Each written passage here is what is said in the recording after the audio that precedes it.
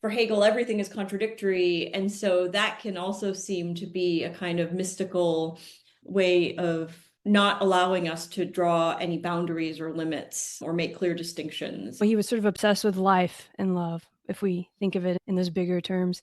Objects must conform to our knowledge if that is to count as knowledge and experience in any meaningful sense. To eliminate the subjective aspect, the subjective perspective from knowledge and experience would be completely unintelligible. Self-consciousness is a kind of subject-object phenomenon because it's a way in which the subject can grasp itself as an object of a certain kind. Kant made self-consciousness so central to his philosophy and yet didn't give us a theory of it. The model for thinking about living things, so not consciousness, but certainly bodies, was the model of a machine. And that reached certain limits that we very quickly run up against when we tried to understand living animal bodies on a more mechanistic machine model.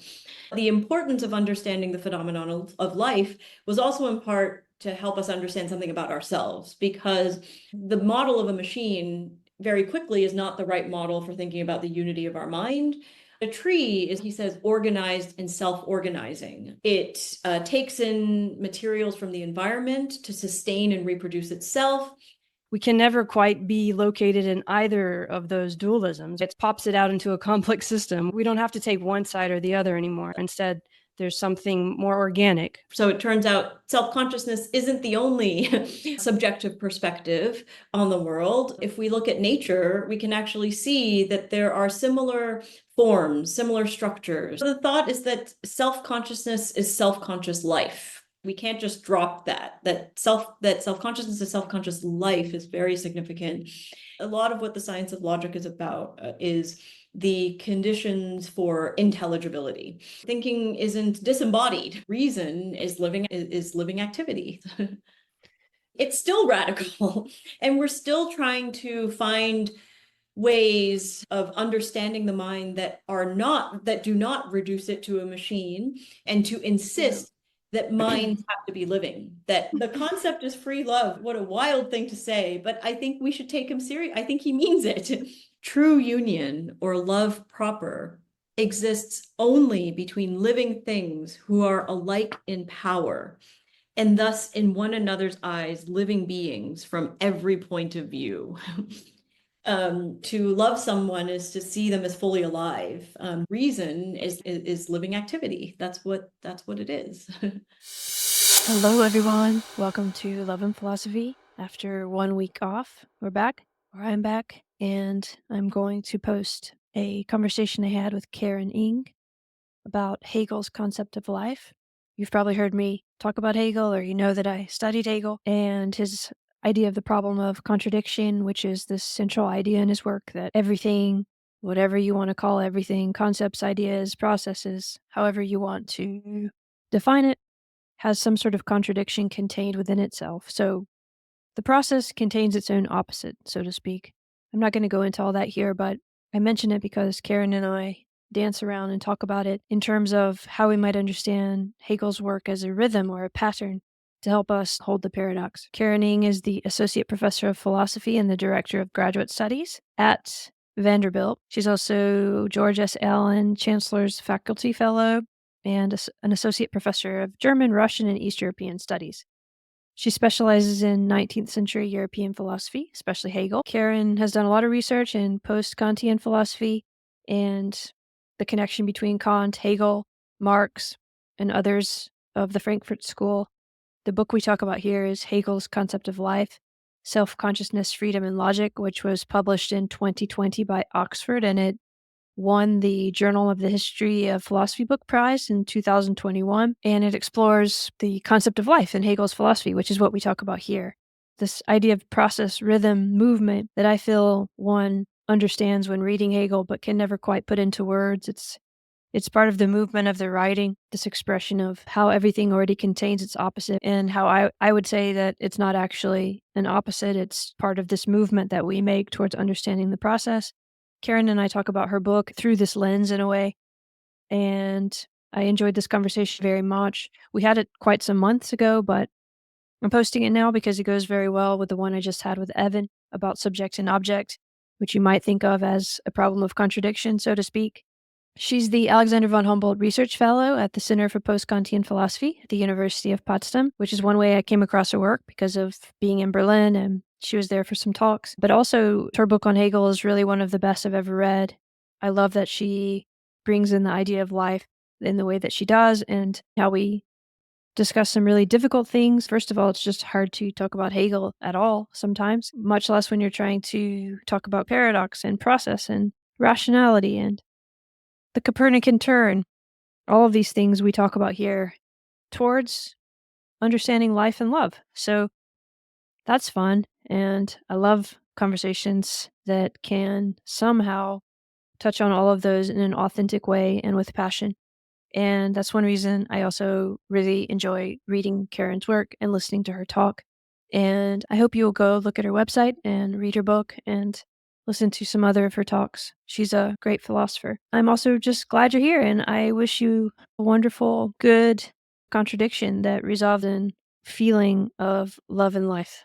Wishing you lots of motivation and all the best of what philosophy has to offer. Hi, Karen. It's so nice to meet you today, and thank you so much for coming on Love and Philosophy. Thank you so much for having me, Andrea. I asked you to come on because I've been looking at your amazing book about Hegel, Concept of Life, and today we're going to try to do something that's a little bit impossible, which is have a general conversation about Hegel. So Hegel's not known to be the easiest philosopher. So maybe to start, maybe we could talk about you and how you discovered him, just to sort of get into this. Sure. I majored in philosophy when I was an undergraduate, and I came to it, I guess, like many people do. I was very lucky. I first had philosophy in high school. So my first great philosophy teacher was actually in high school. And then what continued to draw me to it was reading in the history of philosophy, but also I was just fortunate to have really good teachers. I think that's a very familiar story, that we need good teachers to bring us into especially a difficult text like Hegel's. So I came to Hegel first as a skeptic. Maybe that's another good way to approach a figure like this, that I came to Hegel as a skeptic. I read a lot of figures in what we now know as the continental tradition that were very, very critical of Hegel. Interestingly, of course, I subsequently learned that the history of analytic philosophy is also shaped by its skepticism towards Hegel. So skepticism towards Hegel in some ways shapes a lot of 20th century philosophy, and I think we see influences of that even today. And so I also came to Hegel as a skeptic, and then because I read all of these people who were all complaining about this figure named Hegel, I figured I should learn something about him. And so I did end up taking a class as an undergraduate where we read the Phenomenology of Spirit. And I just got I was immediately sort of just very attracted to it. I found it very, very difficult. So I don't pretend that at the time or even now that I understand all of it. But there was something about the rhythm and the movement of the phenomenology that just got me to keep reading. And so that's how I came to Hegel, initially as a skeptic, and then I realized, oh, but this isn't so bad. Why do you think people have this reaction to Hegel that can often be so negative? In the book, for example, you do mention how there's this romantic or this mystical thing that gets associated with Hegel, at least in philosophy circles. It can seem that he's somehow, I think you bring up, what is the term? Hylozoism? Is that how it? Yep. Yeah. Or even the Schelling idea that sort of like the whole world is just alive, or there's this feeling of either it's just too hard to read Hegel, this is what I've heard, and it just doesn't make sense, and people get frustrated, or everything is alive and spiritual, and there's a kind of almost mystical monism to it that people just don't want to touch. I don't know what your experience has been with it, but what did you find was so initially that people were so skeptical of about Hegel? I think you're touching on some of the reasons why people were so skeptical of Hegel. I like that you call it a mystical monism. Another way of putting it, its commitment, or rather its commitment to hyper-rationalism sort of makes it, right, turns it around, and it becomes almost again a form of mysticism because of what looks like the powers, he uses the term, all of the, not just Hegel, but in this tradition, the idea of the absolute, that reason is somehow absolute, and that I think there was a worry of a kind of hyper-rationalism in Hegel, where reason just determines the world. I think one of the earliest criticisms we have of what looked to be Hegel's hyper-rationalism, nothing outside reason, everything is determined by reason, we get from someone like Schelling. I think on the other side, there is also a suspicion of the way that he treats the problem of contradiction. So on the one hand, there's this hyper-rationalism. On the other hand, there is this acceptance of a certain notion of contradiction. I think there's a lot of misunderstanding here about the exact sense of contradiction that Hegel is interested in. But I think there's a worry that in accepting contradiction, here's where maybe the mysticism comes back. You have this hyper-rationalism, but for Hegel, everything is contradictory. And so that can also seem to be a kind of mystical way of, not allowing us to draw any boundaries or limits or make clear distinctions. And so there is a worry about that with Hegel, if we don't sort of think carefully about what he means by contradiction, just for one example. Yes, and I like in the beginning you said the movement caught you. I've always thought reading Hegel that it's almost something like what you talk about as method in the book, or a practice almost that he demonstrates with his writing. And I bring that up because what you just expressed is still trying to fit it into these kind of boxes, right? That modern philosophy is severed into, whether it's rationalism and empiricism, if we go back to Kant, or whether it's a certain tradition in philosophy, or whether it's even life and mind, if we want to get closer to Hegel. But also what I've always felt he was doing, or that Kant sort of opened and he opened further, is getting past those dualistic ways of thinking. So just prefacing with that, to think about that modern philosophy has put things in these boxes, this convention even that life and mind are different, or you put life here and then you talk about cognition, which people actually have argued that Hegel does that, right? And what you're saying is actually no, what he's done is show those are inseparable. You can't separate life and mind and cognition and open up this other way of thinking about it. I know that's not adequate to kind of a summary of the book, but just to get us going in that direction, what do you think about that? So I think you're right. Anti-dualism is something that really motivates. You could look at this Hegel's opposition to stark dualisms, whether it's the dualisms of Kant, whether, as you were pointing out, these more traditional dualisms that we work with in modern philosophy of life and mind, of mind and body.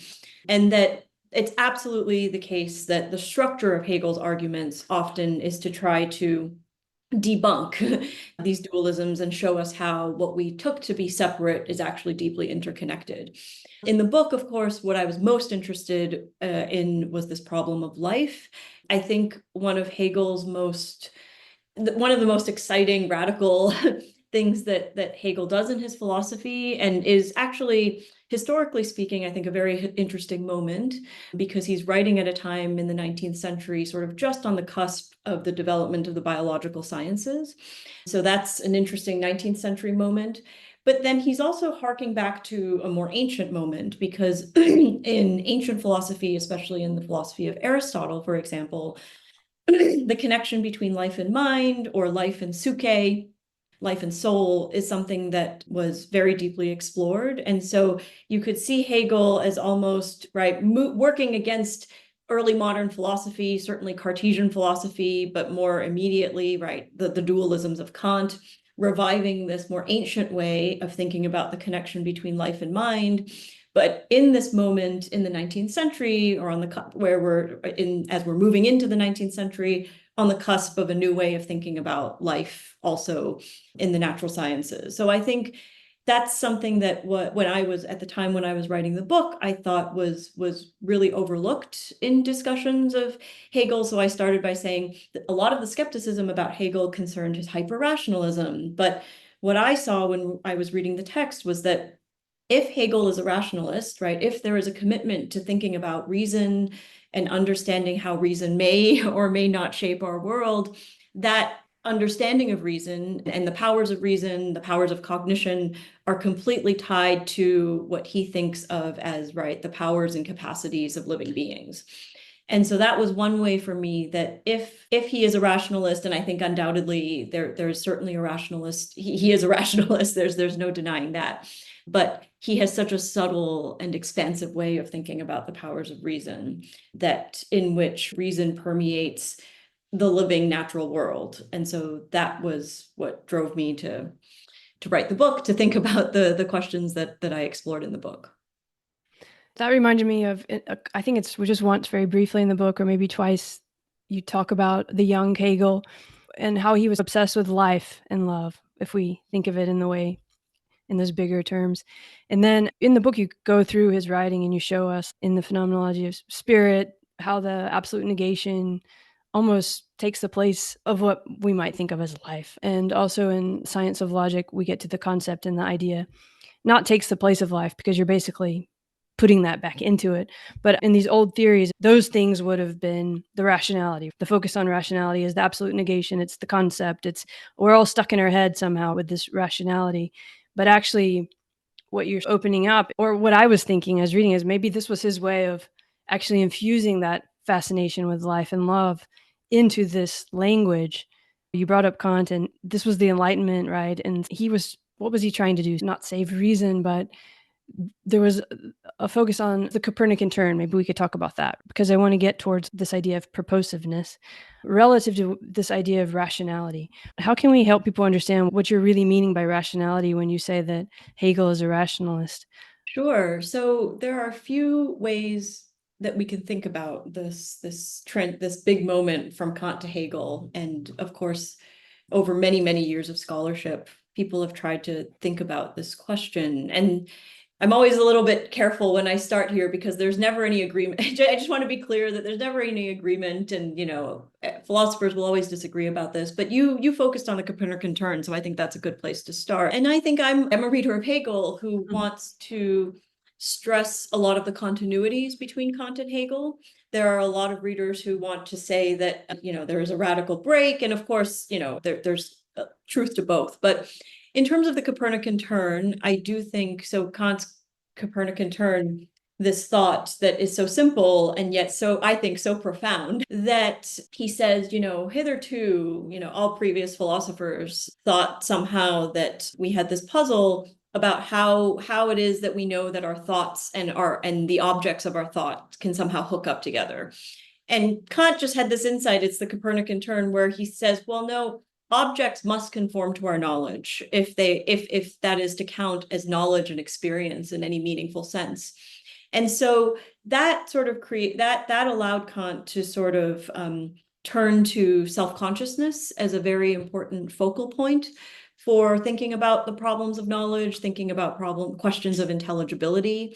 Now, there was a worry in the aftermath of Kant that this was too subjective, right? That the accusation of the early of figures like Fichte and Schelling were that this is merely then a subjective idealism if we think that all objects have to conform to our knowledge. And so you could see, again, I'm speaking in very broad terms, this German idealist project of trying to not to go back on the Copernican turn. So we still need to acknowledge the importance of our subjective contributions, the importance of our subjective perspective on any possible knowledge, right? That's something we could say is irreducible, ineliminable, right? To eliminate the subjective aspect, the subjective perspective from knowledge and experience, right, would be completely unintelligible, but we want to find a way to make sure that this isn't just mere subjectivism.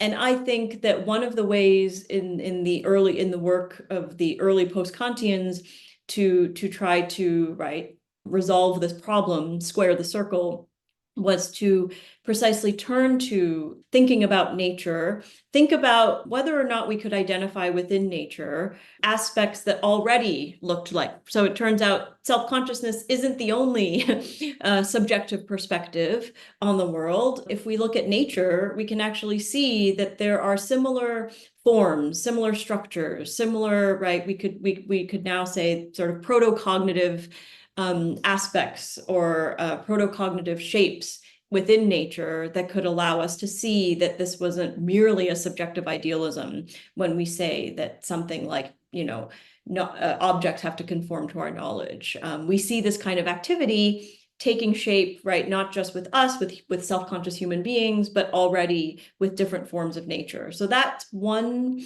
initial way that I try to get into the problem. And what I try to show actually is that Kant, in a work called The Critique of Judgment, which we now call the third critique, in a way already gave us a first step into this problem, because one insight that Kant comes to in the third critique is that when he's considering the problem of the human power of judgment, he immediately sort of comes upon this puzzle.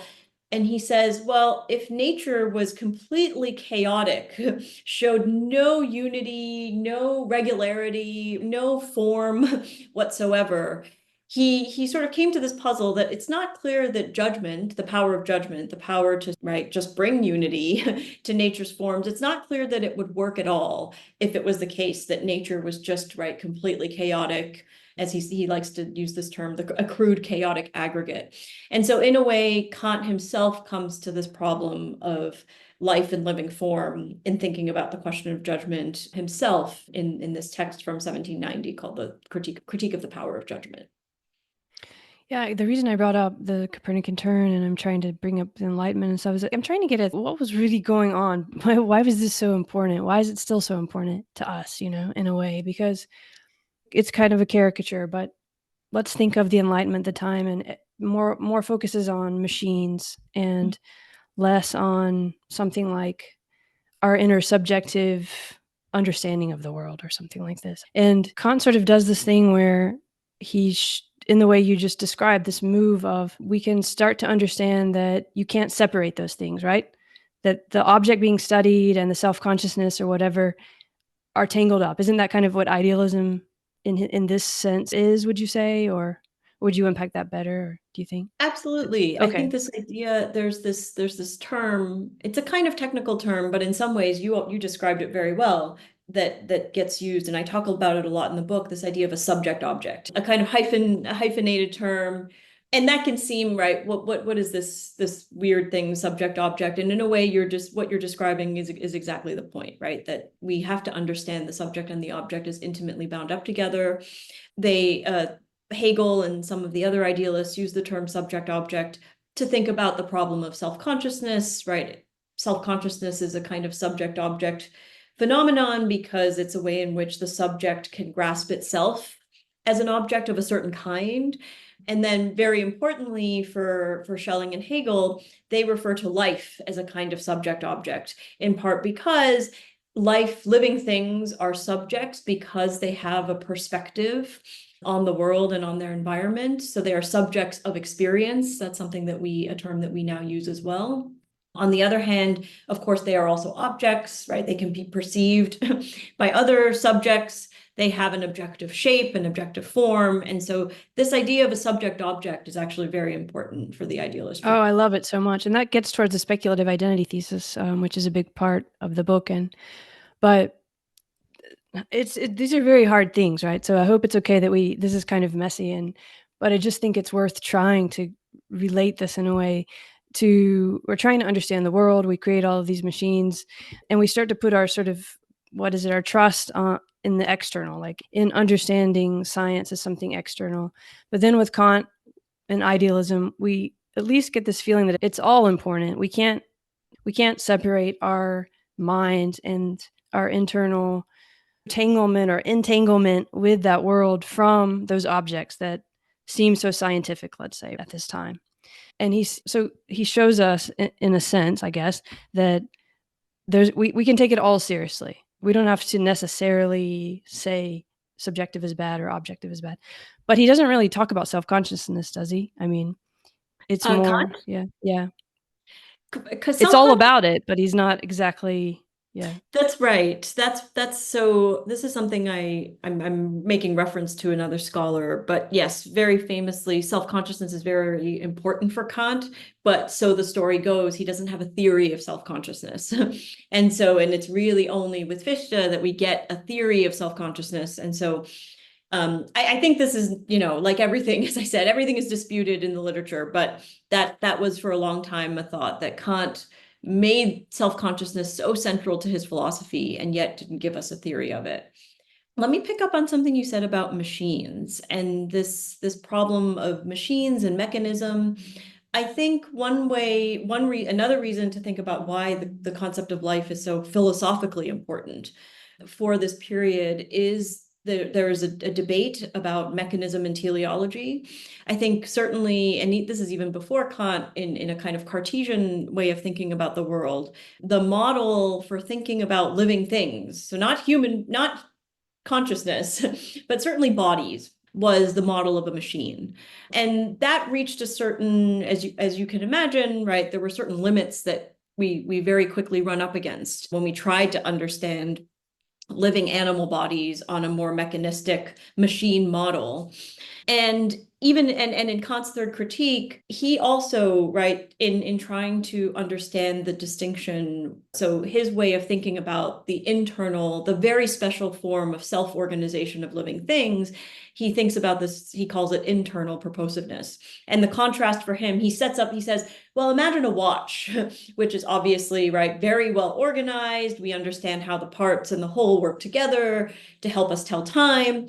But there's still a difference between whatever unity we want to and functionality we want to attribute to something like a watch versus the unity and self-organization that we want to attribute to a living being. And so your mention of this problem of machines is actually really important, because the issue of understanding life and its unique organization, its unique unity, its unique perspective on the world, we could say the interest in that wasn't just about an interest in figuring out nature, although it was also that, right? We also want to understand, right, nature as a whole and nature as a system.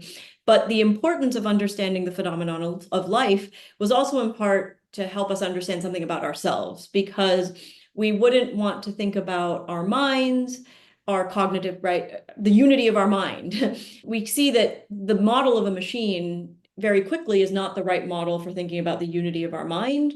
And then even more importantly for this tradition, the problem of freedom. If everything in nature, including ourselves as a part of nature, operates in accordance with a deterministic flow of causality, what Kant is going to call, right, this mechanistic flow of causality, that also threatens our understanding of freedom, our understanding of ourselves as self-determining, as being able to set our own ends, as opposed to just, right, being determined on the basis of a causal flow. And so the interest in life, while of course we're interested in understanding nature and the natural world around us, the stakes of having an account of life, the philosophical stakes of having an account of life, was also about having an understanding of ourselves, an understanding of our mindedness, as much as an understanding of our own freedom. Wonderful. Yeah, very well said. I guess what I'm trying to set up in a way is there's still this bifurcation going on, almost as if the world is there and there are machines and then there's nature and then there's us. And I feel like in the book, opening up this idea of purposiveness, which comes out of Kant's third critique, and you spend the first part of the book unpacking that, and we can say what that is now. But I feel what I'm seeing happening, and you can completely disagree with this, is that we're opening up the space around that bifurcation. And then we're going to get this kind of movement that you talked about at the beginning, that Hegel's going to come in with this speculative identity thesis, subject object. We can never quite be located in either of those dualisms or those things. And in a weird way, it pops it out into a complex system where we don't have to take one side or the other anymore. Instead, there's something more organic, lifelike. But to get there, Kant had to sort of, first of all, open this up. He sort of linked the inner and the outer world, even if he did it in a very different way than Hegel is going to do. And I think the way he sort of does that is the way you're pointing out, and when you look at the third critique and this idea of purposiveness, inner, external. Maybe you can unpack I know you took a whole book to do it, but just for people who haven't read the book yet, what this really means, this inner purposiveness, moving towards this speculative identity idea. Good. So the problem and purposiveness is sort of a clunky word, but it's trying to think about the problem of, right, so thinking about the problem of the unity of form of nature. And this is where Kant also, I had mentioned earlier that Hegel was sort of reviving some Aristotelian ideas, but Kant too, in the Third Critique, in a way, is doing that. Again, trying to do it in a way that is, doing it in a way that attends to the Copernican turn, trying to do it in a, right, obviously many years lie between Aristotle and the 18th and 19th centuries. So trying to take into account, right, things that they know, the scientific theories of their time. But in a way, Kant was also trying to revive a certain Aristotelian idea. And the thought, so the main, one very important distinction that I talk about in the book, and this is drawing from Kant, is a distinction between internal and external purposiveness. And the idea of a purpose is pretty straightforward, right? It's the idea of an aim, a goal, an end. How do we understand? And this is very controversial in Kant's time, because basically Aristotle thought that everything in nature had an end or a purpose or a goal. And then in modern, and I'm also doing this very sketchily, the short version of the story is that in modern philosophy, the idea of ends and purposes were sort of wiped off the map, that it was not, that there was something mystical and something very inappropriate about thinking of nature as, right, guided by goals or ends. And Kant sort of comes back on this problem. He basically sort of starts to think about this problem anew. And the distinction he draws, so external purposiveness is a way of thinking about nature as being organized by goals or ends that are, it's external because it's given by something else. And this is an idea that Kant entertains, but I argue that he ultimately rejects, which is that, well, maybe we can think about nature as on parallel with an artifact, right? And if an artifact has a designer, then maybe nature sort of has a designer god. And we can think of the organization of nature as having aims or goals or purposes that are given by a designer god in a similar way that artifacts have ends or purposes or goals that are given to it by its designer. That's what he calls external purposiveness. Another sort of maybe less extravagant way of thinking about it is that he also says, well, we can also see external purposiveness as a way of thinking about usefulness. So he says, sandy soil is useful for spruces. Well, isn't that handy? Isn't that nice? So that's also, we could think of that as a relation of external purposiveness. But Kant, I argue, and also I think all of the idealists, Schelling and Hegel as well, think that this is a very bad way of thinking about the organization of nature. Hegel has a joke somewhere where he says, oh, well, then we think that, God made cork trees so that we could have corks, right? That's the sort of, that introduces a kind of arbitrariness, they think, in our understanding of nature that doesn't really grasp what is distinctive, right? That basically, we can't distinguish between artifacts and nature at all, because in a way, if nature is an artifact, then, right, we lose the very idea of nature. Internal purposiveness is a way of thinking about nature as setting, right, nothing but the unity and form of the organism, and I'll stick with an organism, sets its own goals in accordance, right, with its own activity. And so here we do not see aims and goals as given from the outside, whether it's an artificer or whether it's from any other outside force, but that living beings have an intrinsic unity, a form of self-organization that sets its own aims and goals and purposes. And it's very important.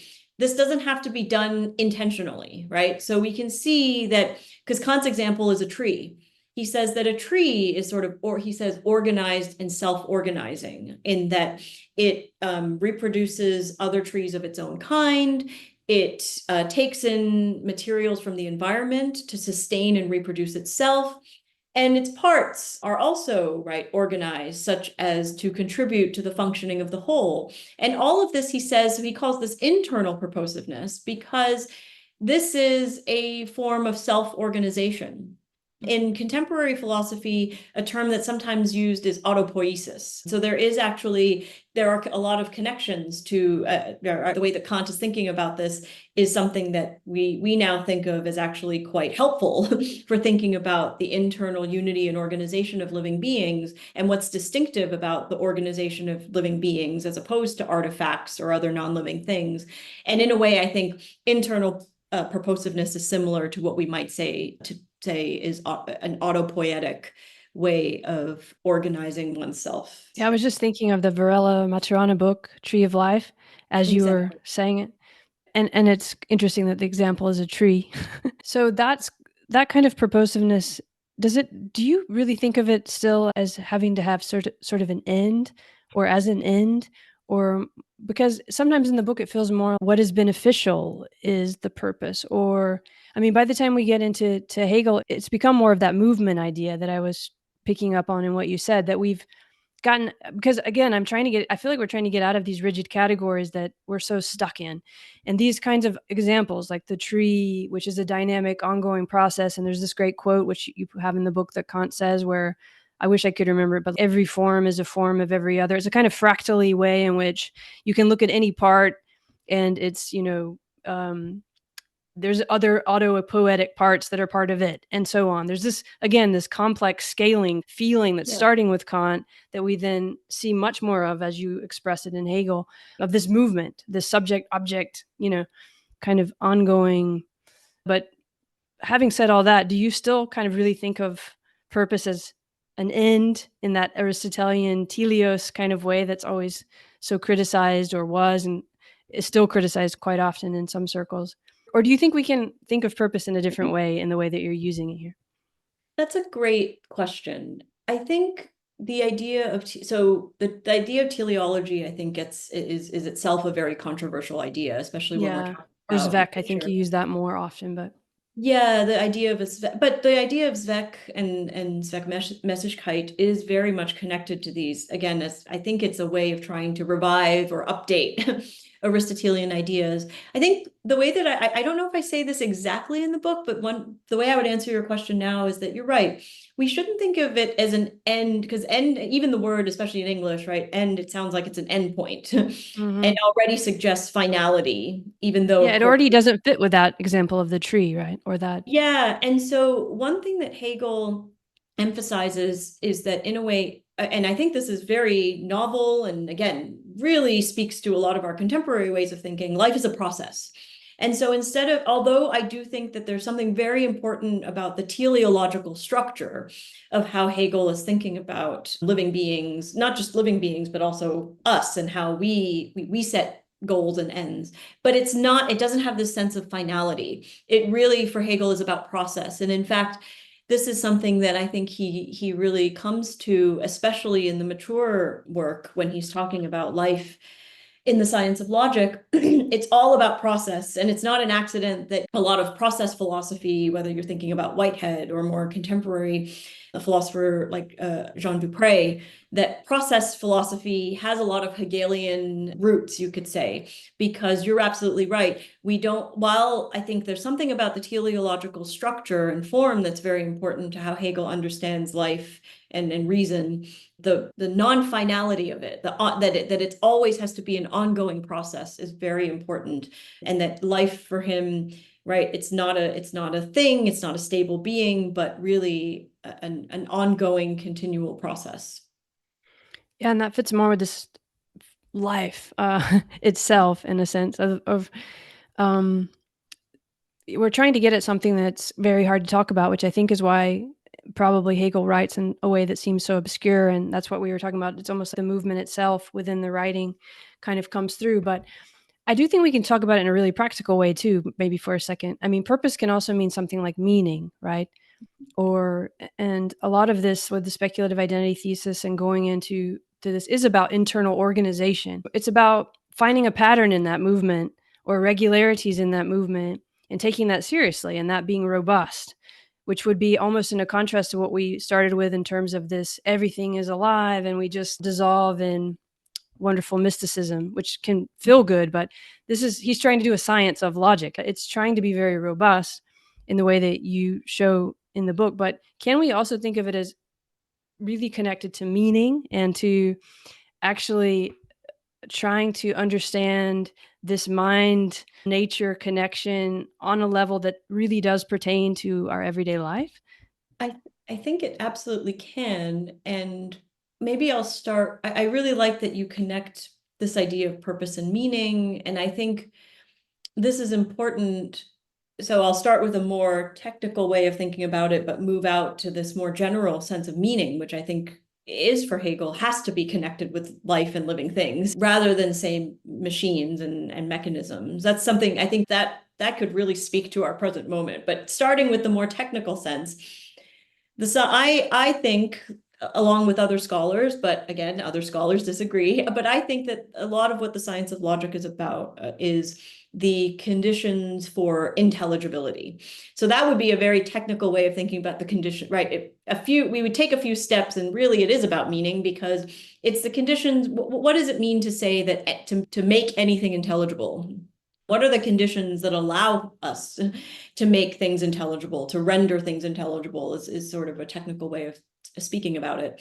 And again, I think Hegel's most radical thought, and I'm not sure, I want to say, sometimes I want to say that Hegel is really not just thinks about this in the deepest way, but also really is among the first to make this big claim. I've said that, yes, Aristotle certainly connected life and mind, but I don't know that he connected intelligibility as such, right? Or eventually what you're going to say, meaning as such, as connected with life. And the reason for that is because he thinks that it is only once life comes on the scene, so to speak. And again, so it's not an empirical, he's not interested in the scientific question of like which is still an open question. How did life begin, right? Where does life come, right? That's not the natural scientific question he's interested in. But he is saying, if we're interested in thinking about intelligibility and meaning and how anything can become intelligible or meaningful to us at all, that question only makes sense once life is on the scene, because it's only a question that makes sense for living beings. And that this idea that all living beings have to make sense of themselves and their environment in a certain way. Now, obviously, depending on the living thing, this can happen at a very primitive level for very basic, even bacteria, right, have to sense and make sense of their environment in a certain way in order to survive and reproduce. That's obviously a very primitive and basic idea of sense making, but that gets more sophisticated with more sophisticated forms of life. And I think Hegel's saying that for self-conscious forms of life, which is the most sophisticated form of life of which we're aware, that sense making, right, the idea of making things intelligible is still connected with the fact that we are living beings, because sense making is only possible once living things come on the scene. And so that's really, so your question about meaning for Hegel is essentially connected with life and living activity, living aims, living purposes. Of course, for self-conscious beings, we have more complicated questions than just mere survival and reproduction. We think about the good life, right? And again, this Aristotelian idea. We also think about reproduction, but reproduction is a more encompassing question for us. It's not just about very basic forms of individual, but about social. What does it mean to reproduce a form of life or a society across history? Is it the case that sometimes entire forms of life, and in English, Hegel's term Sittlichkeit is translated as ethical life, which, although not a very literal translation, I think is a very good translation, because it captures the spirit of what Hegel means with the idea of Sittlichkeit. And so I do think that this connection between life and meaning in a very broad sense that you brought up is definitely something that Hegel thinks about very deeply, maybe more deeply than I think any philosopher that I can think of. Yeah, especially for his time, because again, Kant hadn't even really used this term self-consciousness. But before I get carried away in that. This idea of the speculative identity thesis, as you were talking, I was reminded, I think you said that you were reading The Science of Logic in maybe graduate school, and you came across an absolute idea that life was like the first section, and it was amazing, right? Because those words seem so far apart. When you were reading that, you were in a space where logic and life clashed, right? This idea of the rationalist that you presented at the beginning, or the logic, it almost seems it's something other than life. And it's talked about in that way, and you assume it that way. But I guess I just want to go to that moment of what happened for you there, because maybe it helps unpack this weird dichotomy. That you're right. That was the moment. And that there are very memorable moments in one's life where when you read something where it just floors you. Yeah, I've had them too. And that was certainly one of them. Reading this huge, difficult, probably one of the most difficult books that I've ever, even now that I've ever read, maybe one of the most difficult books ever written. And also going back to the beginning of our conversation, all of these myths about Hegel, right? This hyper-rationalist. We know that the science of logic moves us towards the absolute idea, which sounds like the most mystical rationalist thing that you could, ever conceive of.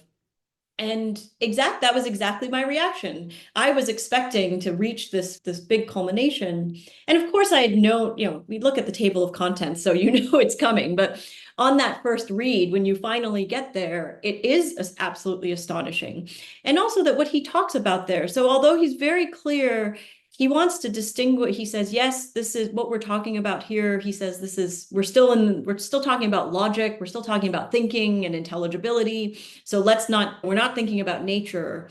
But nonetheless, the content of what he's talking about life, he's talking about corporeality, that thinking isn't disembodied, right? This great, again, a thought that might be very obvious, but given the history of philosophy, is difficult and controversial and hard to think about, to conceive, that corporeality, thinking always has to take shape in a distinctive body, that thinking takes place within a living body that is in an environment and in constant metabolic exchange with an environment, in this processual character that you were asking about earlier. And that most importantly, thinking is not something that an individual does in a void. Living things are always living things that live with other living things of their own of other kinds, but Hegel thinks that the most significant relationships are, of course, the relationships we have with others, and that all of this contributes to how we understand thinking and the powers of cognition, and how we make things intelligible and meaningful, how we make sense of the environment as much as how we make sense of ourselves. And so you're absolutely right about this moment. It was, and the shock that, how could this is, coming to Hegel as a skeptic, all of these criticisms of Hegel for over now 200 years, but even if we just stick with the 100 years after Hegel, like, how could we have accused Hegel of this when his whole point was to say that, yes, he is a rationalist. He wants to think about reason in this expansive way, but reason is living activity. That's what it is. Yeah, it reminds me of this idea of, how do you say it? The whole idea of the speculative identity thesis, that self-consciousness is the self-consciousness of life, or Yes. life is constitutive of self-consciousness. That's kind of radical, but why is that radical in this context? Yes. So the thought is that self-consciousness is self-conscious life. And that life part isn't like, we can't just drop that self-consciousness is self-conscious life is very significant. It's very radical from the perspective, again, if you think about the trajectory of modern philosophy and Descartes, and maybe every philosopher is unfair. I'm sure there are better ways to think about Descartes, but we'll just use Descartes as sort of the bad guy. He opened up something that helped us get here, but there is this, again, that bifurcation, just to link it to what we were talking about. That's very real and It's solid. very real. And so this Cartesian way of, because in a way, Descartes was also that's what the I think is, right? The I think exist, or I think I am, to associate thinking. But for Descartes, thinking is thinking substance. And so there are these stark dualisms. It's absolutely impossible on a Cartesian view to think of self-consciousness as self-conscious life. And sorry, but that is just amazing, isn't it? It really is true what you just said, that it is, you can't think of self-consciousness as self-conscious life in that worldview, which, what is it then? You know? it's very, so, you've really emphasized the danger of these dualistic ways of thinking. And I think as Kant does a lot, so I don't want to be unfair to Kant, but Kant hangs on to this dualism in his understanding of self-consciousness. The distinction for, the most important distinction, the closest to something where we might get like a Cartesian-like dualism in Kant is the distinction between noumena and phenomena.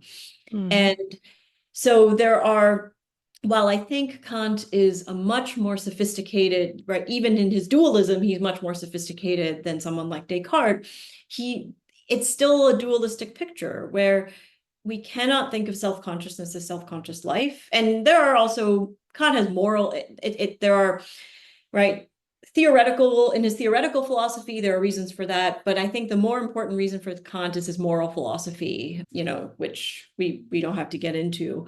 But what does it mean to say that a life is constitutive of self-consciousness? You've been making reference to what I talk about in the book as the speculative identity thesis, which is really just a Hegel's technical way of thinking about this idea of the subject-object that we've talked about, where life is one of the primary models for this speculative identity of subject and object. Well, for one thing, cognition, I think, and this is something we really only get in the logic, that to understand cognition is to understand something about these three fundamental processes of living beings, that understanding powers of cognition requires that we understand them as embodied. And so different living bodies will have different powers of cognition. And again, something that strikes one, especially for today, as something obvious, but I think for a long period of the history of philosophy, we didn't want to think about human cognition as in any way connected with the powers of the human body. So there was, again, at the time, something very radical about this. It's so radical. I'm sorry I keep pausing, but it's just, for me, this is a really important thing that you've brought up in the book, and that you show in a way that's very robust. Because after reading the book, it seems obvious, right, that life is constituted of self-consciousness. But if you're coming out of a philosophical tradition, it's really not obvious. And weirdly, and even now, it's kind of, we still don't want to take the body too seriously. We still, now we think of mind as like a machine, again, a computation, a computer or something. So I guess I'm just trying to, for people listening, there's really something very fascinating that for so much, it took Kant, it took Descartes, it took these people going through this to even just open it up to where we could imagine our thoughts, our mind, as connected to nature and life. That's a really revolutionary thing, even though it now is starting to seem a little bit simple. We almost had to bifurcate to even get there, to the mind body. This is right, but I want to say, so there's a certain sense in which it now seems obvious to us that minds have to be living. But you mentioned the computational theory of mind. This is so actually, it's still radical, and we're still trying to find ways of understanding the mind that do not reduce it to a machine. You mentioned the work of Varela. I really admire the work of people like Evan Thompson. I think Evan Thompson is one contemporary philosopher who's tried to give us ways of thinking. He talks about Kant's third critique. He talks a lot about Merleau-Ponty. I think people give the idealist tradition, maybe because they're so difficult, I don't know, maybe because of, we started by saying just how difficult it is to read Hegel.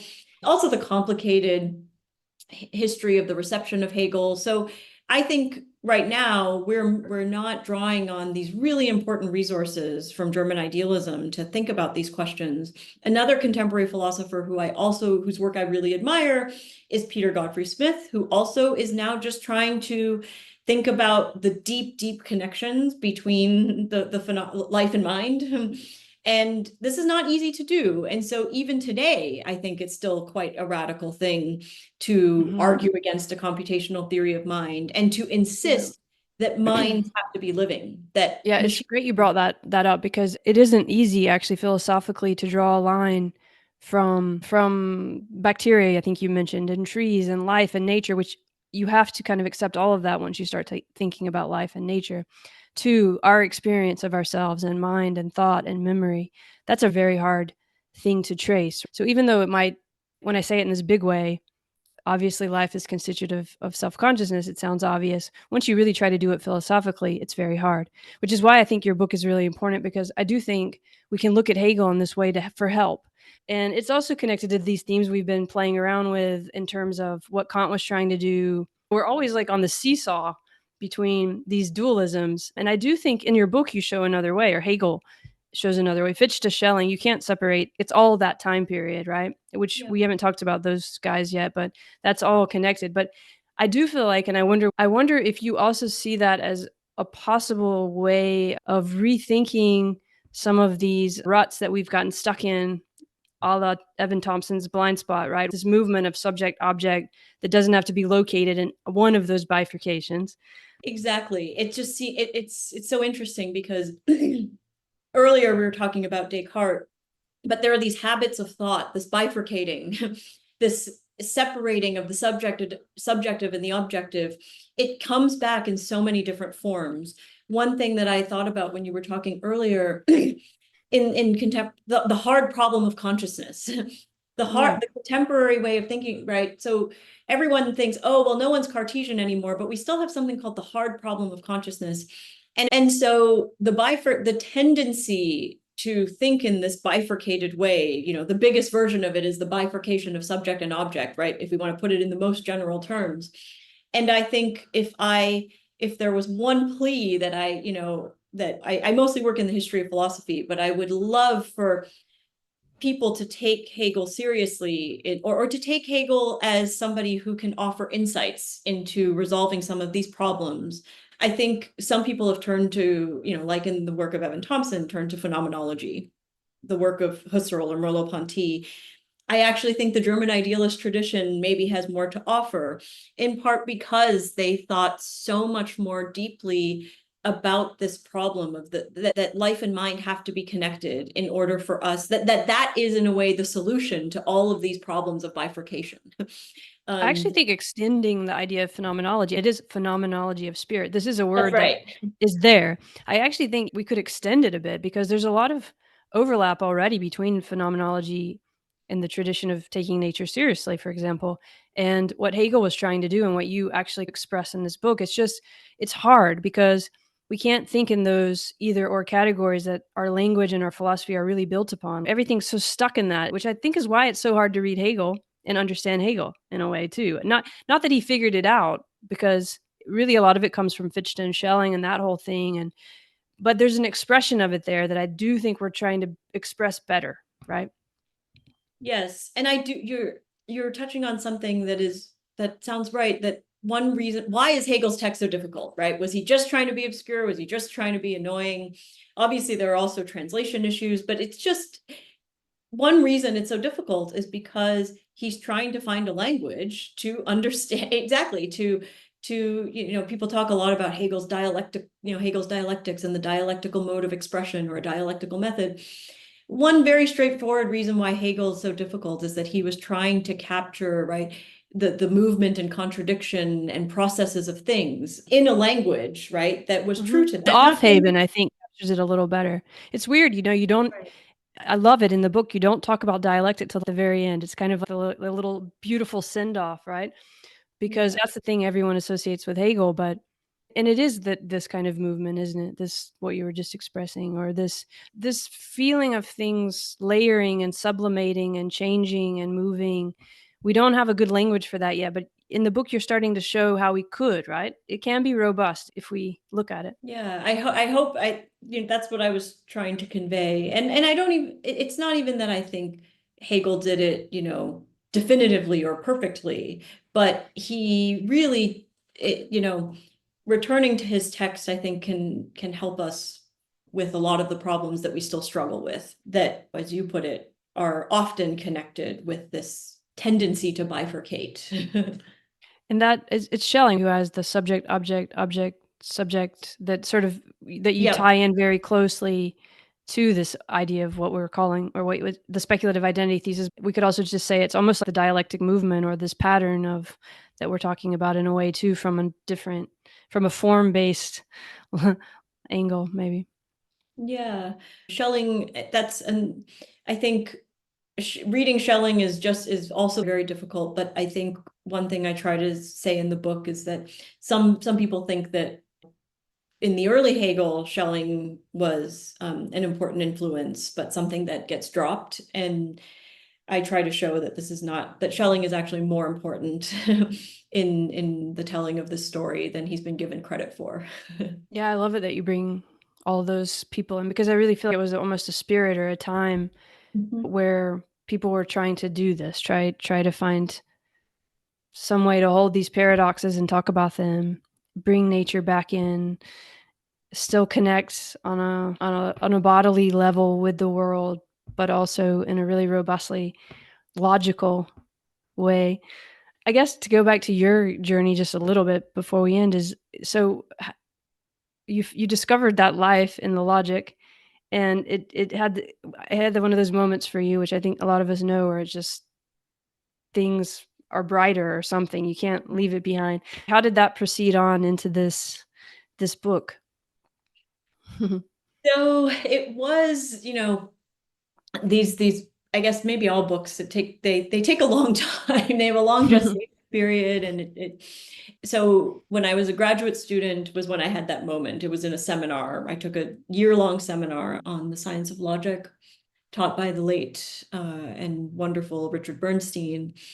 And so I had that aha moment, and then I spent, so the origins of the book was my dissertation. And then after I wrote the dissertation, it took me a long time. I basically rewrote the whole thing. It's very interesting, hard process of, in a way, I had the thought, and dissertations are often like this. You have the thought, but the execution is not, you're not happy with the execution. And so it was sort of, yeah, it took me a long time to write it as a book in the form that in which it eventually appeared. Trying to connect it to your purposiveness and your dialectic, not to be too silly, but there's something I wonder, like, how it's changed your way of being or thinking, or if it connected to you because of some way that you are in the world. I don't know why it's coming to mind, but in the book you talk about that this, for Hegel, this, what we've been describing, this process, dialectic, speculative, whatever you want to call it, this movement, this pattern that he noticed, then kind of let him look at nature differently, or almost Mhm. look at other kinds or species, or like start to almost think about what it might be like to have this purposiveness, almost enter into different perspectives. And I just wonder if that connects in your life at all. What does it bring up for you? I mean, it has changed. It was an aha moment. It has changed the way that I think about, how I think about, but also how I relate to nature. I think that can sound so, I don't know, It can cheesy. sound cliche, but it's really not. I Exactly, mean, but this it is actually totally real, has. what matters. It It's just hard totally to talk has. about. It completely has, to think of the world as alive with a plurality of forms of life, and alive in a more robust way, not just, we know, of course, when if I'm on a hike, I know that there's life all around me, but that all of this life has a perspective on things, and that there are sort of an infinite number of these worlds. And so it actually has absolutely changed the way that I think about the natural world and relate to it. I think it has a lot of, not just for me personally, I think it's this view of life and living nature as a whole, I think could have a lot of ramifications for our present way of relating to nature, given our environmental crisis. I think it's it's a super helpful, again, we need lots and lots of different ways of thinking about this, but I think this is one very helpful and important one. that could help us rethink our relationship to nature. Those bifurcations are still there, I guess, that we were talking about at the beginning, or those divisions. They've changed forms or even accelerated in terms of what you were saying about the way we think of technology and mind. And Exactly. You've been talking throughout about machines. Obviously, AI is such a huge question and problem and puzzle for us at the moment. You mentioned computational theories of mind. Again, I think there Hegel can give us a very helpful alternative way of thinking about these things. And that it's his thought has been underappreciated in this regard. I know he's been a hugely influential philosopher in many ways, but there are currents of his thought that have been really underappreciated.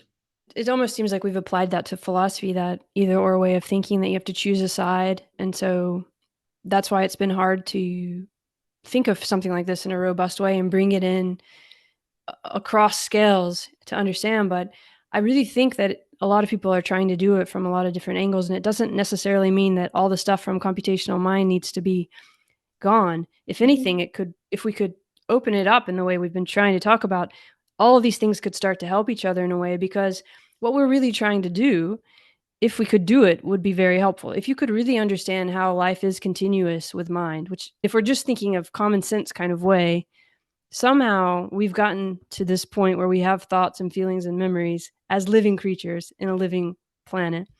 And to try to find a robust way to talk about that and trace that out in ways like you or Evan Thompson or, gosh, a lot of philosophers of the past and present are trying to do, it does seem like it could be very helpful to these problems that we have now relative to the environment and technology. I wonder, in your everyday life as a philosopher, if you are able to think about things, if you still have those moments that you had when you read Nature and Logic, because those are other ways we get put into boxes. In a sense, we become professional philosophers and we have this and this and this. I wonder, how is it hard for you to hold all this?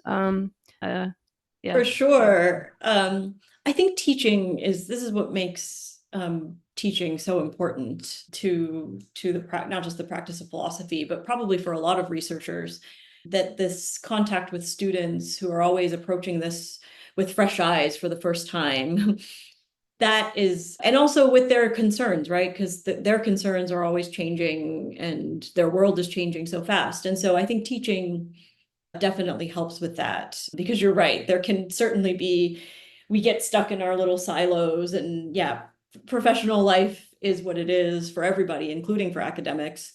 But I think teaching helps with a lot of that. And I think that meaning, we talked about purpose, purposiveness, and I brought up meaning, but it does connect, right, to that, because we can also feel like, what are we doing? We're studying Hegel and thinking about all these crazy concepts that don't even make sense to people if you just speak it out, if you try to read it out, a paragraph of Hegel. But actually, it really does connect to these bigger themes, I think, and it's worth the hard work of trying to figure out how to articulate that. I guess that's just a way of saying thanks for trying to do that, right, as a teacher, but also in writing the books. And this is Love and Philosophy, so I have to bring up this word love at the end. Do you see any, I mean, I know Hegel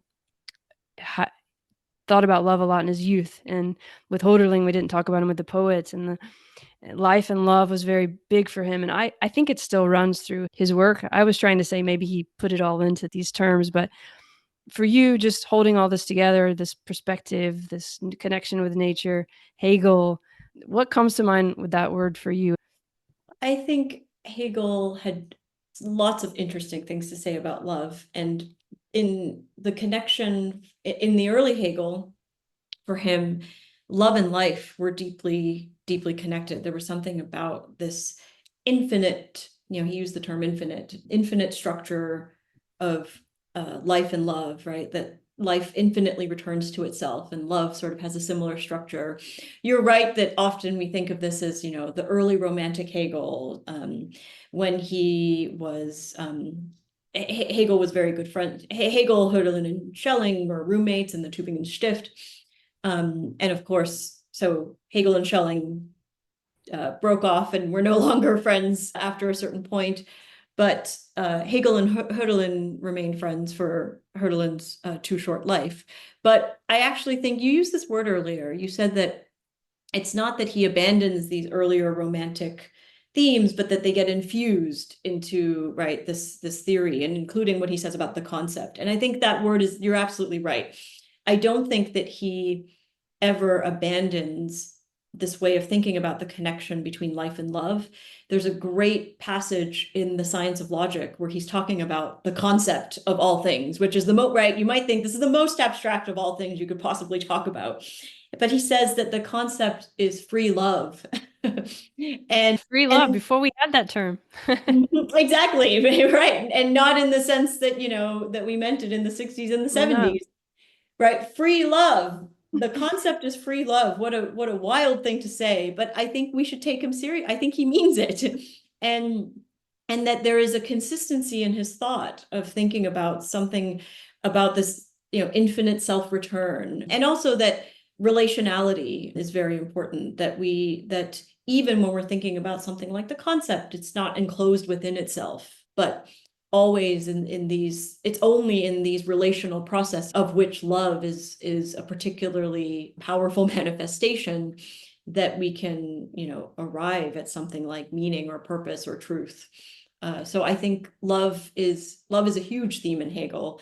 It's also a model for how he thinks about recognition, which is another really important concept in Hegelian philosophy. So I think Hegel is a great thinker of love. And do you think this movement, I mean, sometimes we talk about flow, or we talk about, there's a kind of, when you're present, sometimes when I'm reading Hegel, I was trying to express, you do feel a kind of presence and a kind of movement that does something good for the way you can be in the world, so to speak. I don't know if that, I mean, I'm not trying to sound too, it can happen with a lot of different writers in philosophy. It's kind of just something that happens, but I get the feeling maybe he felt that a bit when he was talking about free love. I don't know. Or how would you think this free love, what does he really mean by that? Well, so can I maybe just, when I was preparing to talk with you today, I pulled up this fragment from, there was this early fragment that Hegel wrote about love.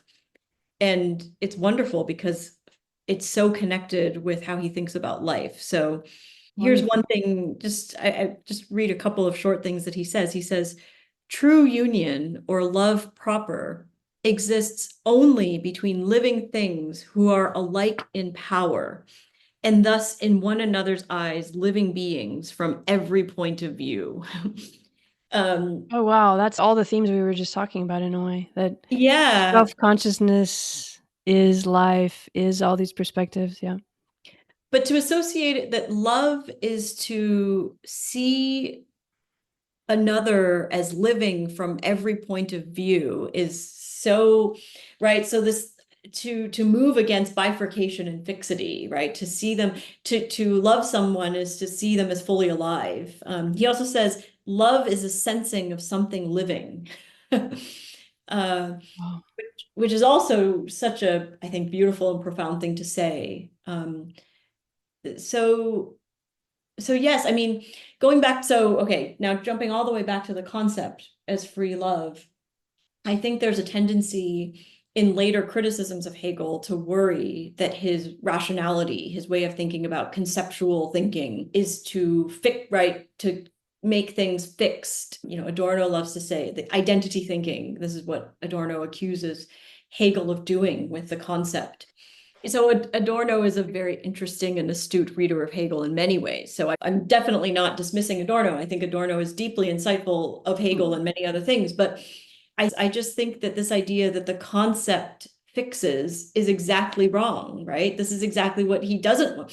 If the concept is getting something right, it's almost like we are grasping something the way that a lover would grasp something, right? As fully alive, as he says, from every point of view. So yeah, I think that love, although it can seem like once we get to the mature Hegel, love is a less important theme than it is for the early Hegel, I still think it's actually very important. I think that's right, and there would be so much more to say there about the self-consciousness itself. What's really happening when we become aware of ourself as consciousness? And I mean, that is part of that, trying to see from a different perspective. And if you try to think about that quote that's beautiful that you just read about love, then there's some way in which this movement we've been talking about and how you can use it to maybe look at different perspectives that does become, in a really practical way, about love, self-love, the recognition of nature as a kind of love, almost like recognizing it as life. Absolutely. To see it as living from every point of view. Yeah. And this association of love with the sensing of something living. I like what you said about loving or recognizing nature. I think that's right. That's kind of the point of of philosophy and science, in a weird way, to do it as robustly as possible. But that's the kind of the doubling too that you talk about. But in any case, is there anything that we haven't talked about that you wanted to bring up? I already kept you 5 minutes over, so. No, I think we've touched on a lot. This was really fun to chat with you about all this. Yeah, it was. There's always more with Hegel. Yeah, you never get to the bottom. But that's the point of it. But I really do appreciate your book. Thank you so much for inviting me. Yeah, my pleasure. Have a great day there in Nashville. You too.